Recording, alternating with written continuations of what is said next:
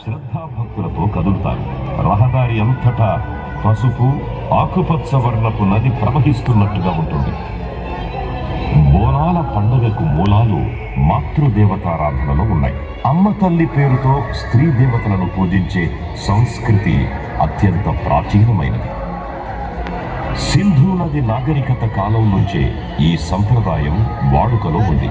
అలాంటి ఆచారం దక్షిణాదిలో ద్రవిడ సంస్కృతిలో అంతర్భాగమై తెలంగాణ నేల మీద కూడా వందలాది ఏళ్ల నుంచి కొనసాగుతూ వస్తుంది. ప్రతి ఏటా కొత్త వానలు కురిసే వేళ ఆషాఢమాసపు ఆరంభంలో గోల్కొండ కోట జగదాంబిక ఆలయంలో తొలి బోనం సమర్పణతో హైదరాబాదులో బోనాల పండుగ ప్రారంభమవుతుంది.